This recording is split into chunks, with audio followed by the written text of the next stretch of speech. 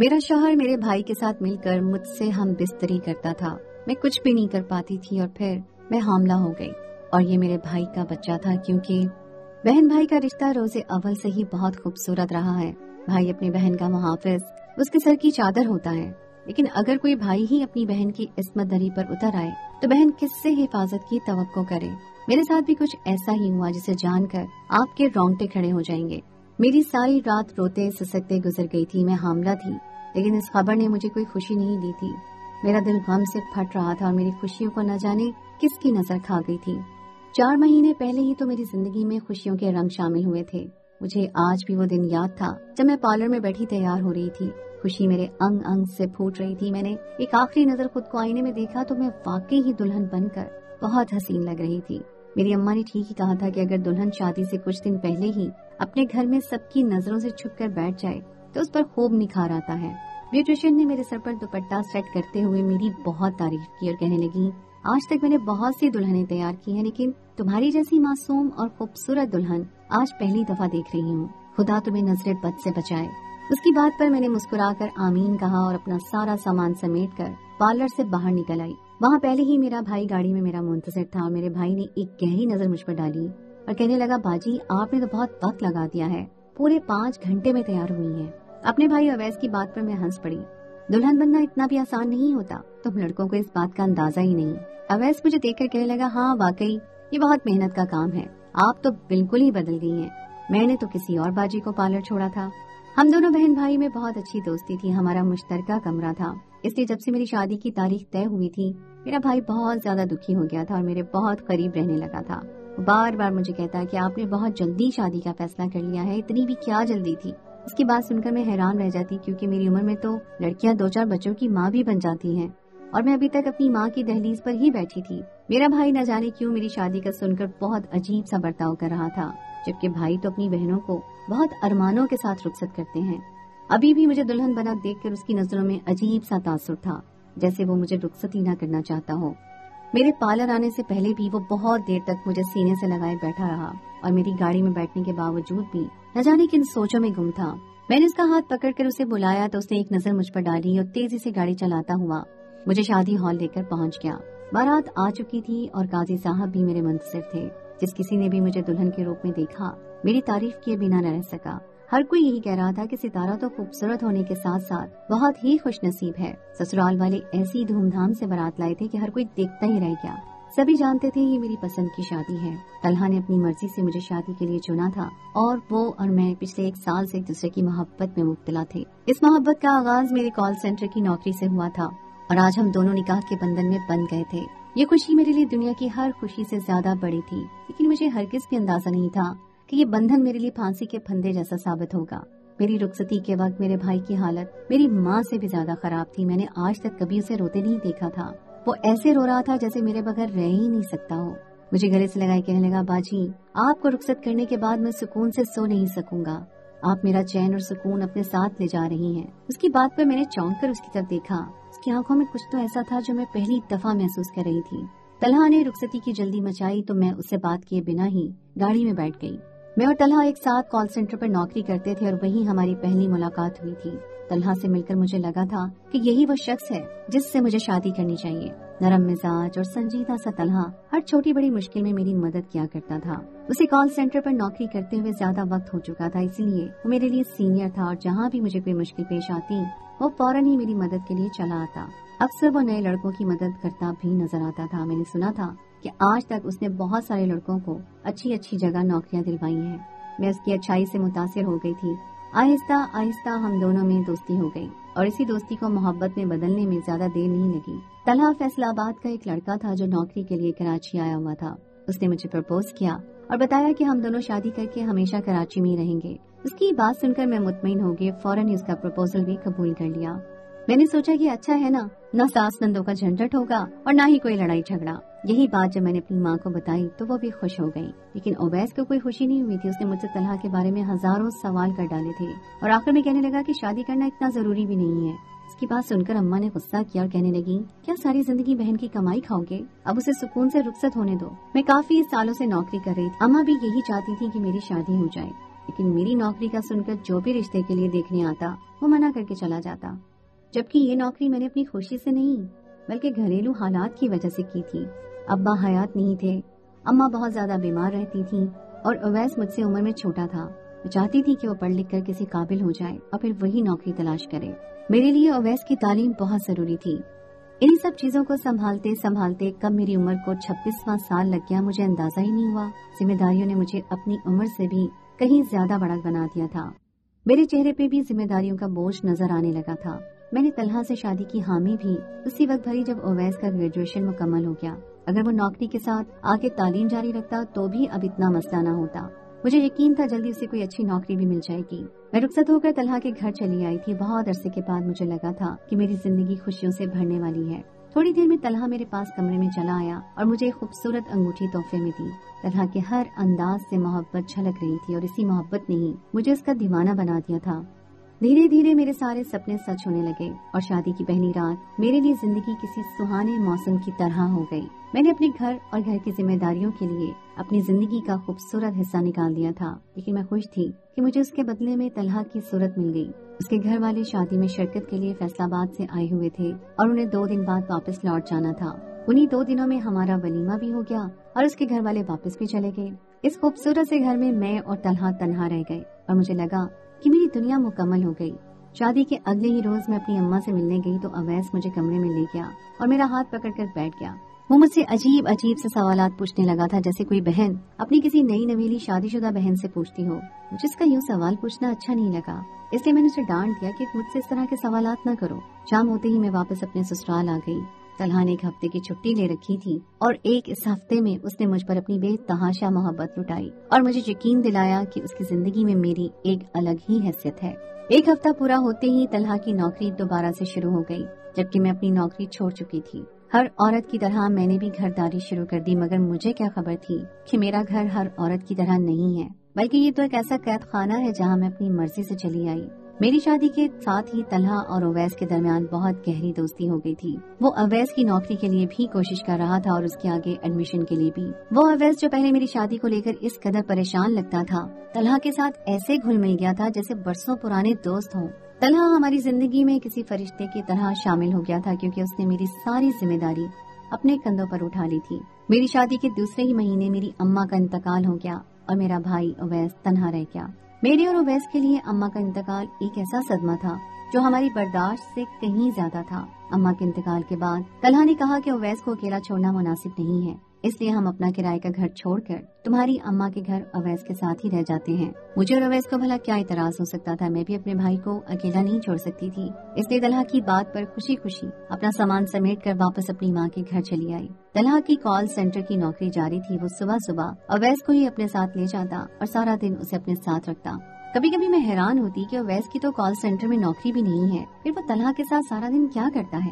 یہی بات میں نے طلحہ سے پوچھی تو وہ کہنے لگا کہ سارا دن اویس میرے ساتھ نہیں ہوتا، بلکہ میں اسے مختلف جگہوں پر انٹرویو دینے کے لیے بھجوا دیتا ہوں۔ طلحہ کی بات پر میں پوری طرح مطمئن ہو گئی۔ اتنا تو میں جانتی تھی کہ وہ جو بھی کرے گا ہمارے اچھے کے لیے ہی کرے گا۔ اویس کو طلحہ کے ساتھ جاتے ہوئے مہینہ ہی گزرا تھا کہ مجھے اس میں بہت سی تبدیلیاں محسوس ہونے لگی۔ ہم دونوں بہن بھائی تھے اور یہ رشتہ ایسا ہوتا ہے کہ انسان ایک دوسرے کی رگ رگ سے واقف ہوتا ہے۔ اویس کا اٹھنا بیٹھنا، چلنا پھرنا، سونا جاگنا سب کچھ بدل کر رہ گیا تھا۔ اب وہ پہلے والا اویس نہیں رہا تھا، بلکہ میں اسے دیکھتی تو مجھے ایسا محسوس ہوتا جیسے کوئی اور ہی لڑکا میرے سامنے کھڑا ہو۔ پتہ نہیں یہ سب میرا وہم تھا یا پھر سچ میں ہی میرا بھائی بدل گیا تھا۔ ایک دن باورچی خانے میں کام کر رہی تھی کہ اویس اچانک پیچھے سے آیا اور مجھے اپنے بازو میں پکڑ لیا۔ اس نے آج تک کبھی میرے ساتھ ایسی حرکت نہیں کی تھی، اس لیے میں گھبرا گئی۔ میں نے غصے سے اسے خود سے دور کیا اور کہا کہ یہ کیا حرکت ہے؟ تو وہ شرمندہ سا ہو گیا اور کہنے لگا کہ اسے اماں کی بہت یاد آ رہی ہے۔ اس کی بات نے میرا دل دکھا دیا۔ میں پتہ نہیں کیا سمجھ رہی تھی، وہ بیچارہ تو مجھ میں ہماری ماں کی خوشبو تلاش کر رہا تھا۔